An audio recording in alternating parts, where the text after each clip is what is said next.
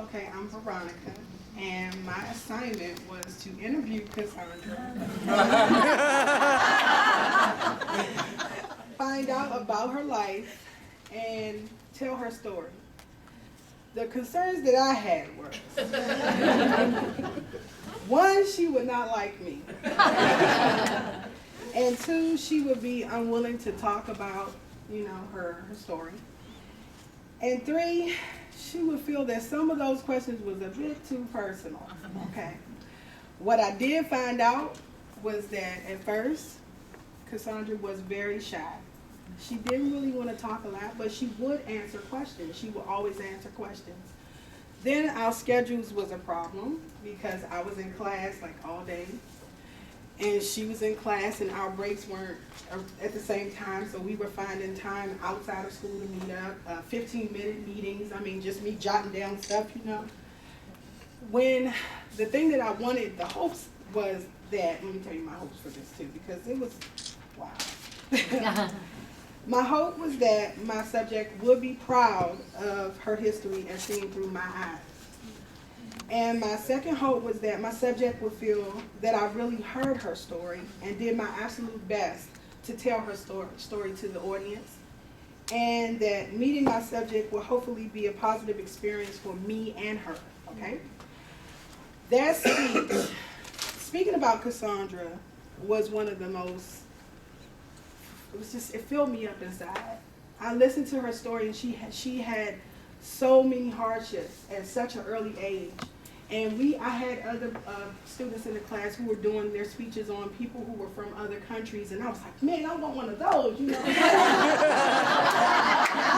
wanted to talk about somebody who wasn't from here, from, the U.S., and they kept telling me about, people from Peru, and I'm sitting there, I'm all excited, like, yo, ooh, look at the buildings, oh, what did they do? And they have rice fields, and I'm just,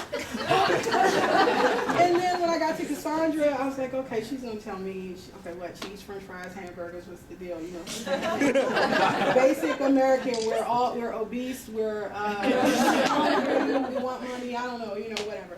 But Cassandra had so many stories within her story.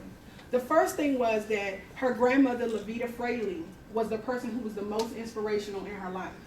Her grandmother passed last year.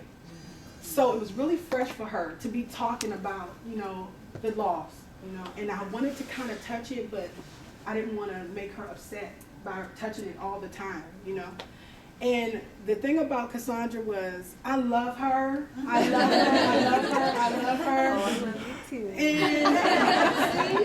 And at first I was so caught up on the fact, okay, I'm 30, I'm in school, I have all these kids, and everybody sees me as the old student, I'm the older student. Well, I was scared about that, but that wasn't a problem because Cassandra was very mature. And as we talked, we found out we had so many things that were in common. Like, she moved out and got her first place when she was 15 years old. So did I. Okay? She worked at Labor Ready when she was 15 years old, illegally, to pay the bills. I worked illegally, too, to pay the bills. There were so many things that we could connect on, and it just really inspired me. Because in my situation, sometimes you get so caught up with your own problems and your own concerns that you don't realize that there's so many other people out there that have way more problems than you. And as a student, it was so inspirational to speak with her, to find out what her story was, and to share it to a room full of people who wanted to know. We all, as students, a lot of times, we don't feel like we're good enough, or we're smart enough, or we got it. But I got it. And so did Cassandra.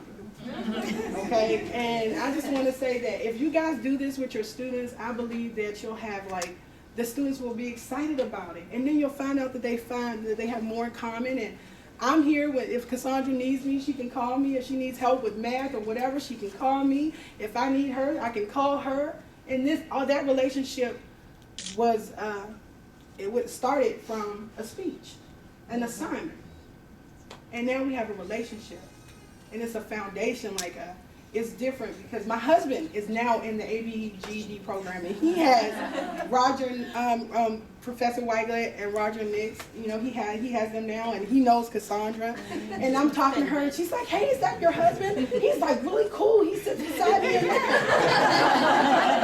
So you know, the situation is it could be a real good learning experience. I love Professor Diddy for that because I was so closed-minded. You know, I'm from the East Coast, from Washington, D.C., and things are not the same there as it is here. And a lot of times, you kind of want to stay in your own little comfort zone. And he constantly pushed us out of that. You know, like he started out with interviewing people we don't know. How about the improv speeches at high schools, and you just pick a topic out of a bucket, and then you have to speak on it for a minute and a half or 3 minutes. He always pushed us out of that comfort zone. And when the project first started, I was like, Dr. Diddy, I can't do this. She doesn't want to talk. I can't find my partner. I don't have the time. I just don't know. And he would go, Veronica, you can do this. You have the tools you need. Just do it. Okay? Just do it. And I'm thinking, man, this dude is crazy. How am I supposed to do this? I couldn't find my partner for the speech. Cassandra had so many classes, and so, you know, she has a child, she has things she has to do. I have 6 kids. I have things I have to do.